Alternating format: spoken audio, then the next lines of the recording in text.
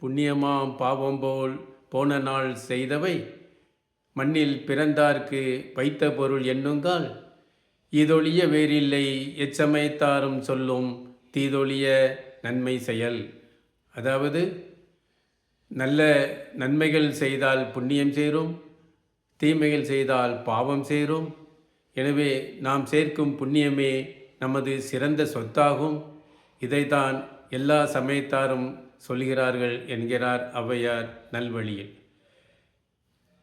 நான் மணிக்கடிகையில் ஏதிலார் என்பார் இயல்பு இல்லார், யார் யாருக்கும் ஈதலார் என்பார் தகவுடையார், மேதக்க தந்தை எனப்படுவார் நல் உவாத்தி, தாய் என்பால் முந்து நாம் செய்த வினை.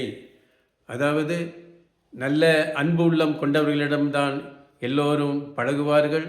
அப்படி அன்பு இல்லாதவர்களிடம் யாரும் பழக மாட்டார்கள்.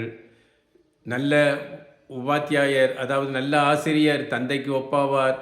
நல்ல தாய் அமைவது அவன் செய்த பாவ புண்ணியத்தை பொறுத்தது என்கிறார் நான்மணி கடிகையில் விளம்பினாயர்.